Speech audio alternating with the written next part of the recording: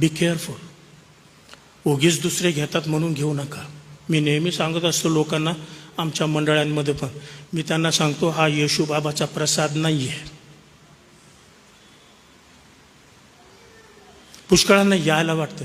काही हिंदू आपले भगिनी बंधू येतात चर्चमध्ये, त्यांना माहीत नसतं जास्त.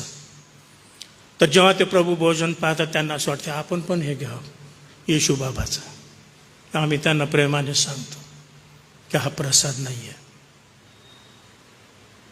आणि आता वेळ आलेली आहे मंडळांमध्ये की आपल्याच लोकांनाही ते सांगायची गरज आहे आता की हा येशू बाबाचा प्रसाद नाही आहे. हा घेतल्याने तुम्हाला काही आध्यात्मिक आशीर्वाद, काही विशेष पुण्य मिळणार नाही. म्हणून ते अयोग्य प्रकारे घेऊ नये अशी वॉर्निंग आहे. म्हणून आज ह्या पवित्र विधीमध्ये आपण येत असताना आपण गंभीर होऊन आत्मपरीक्षण करून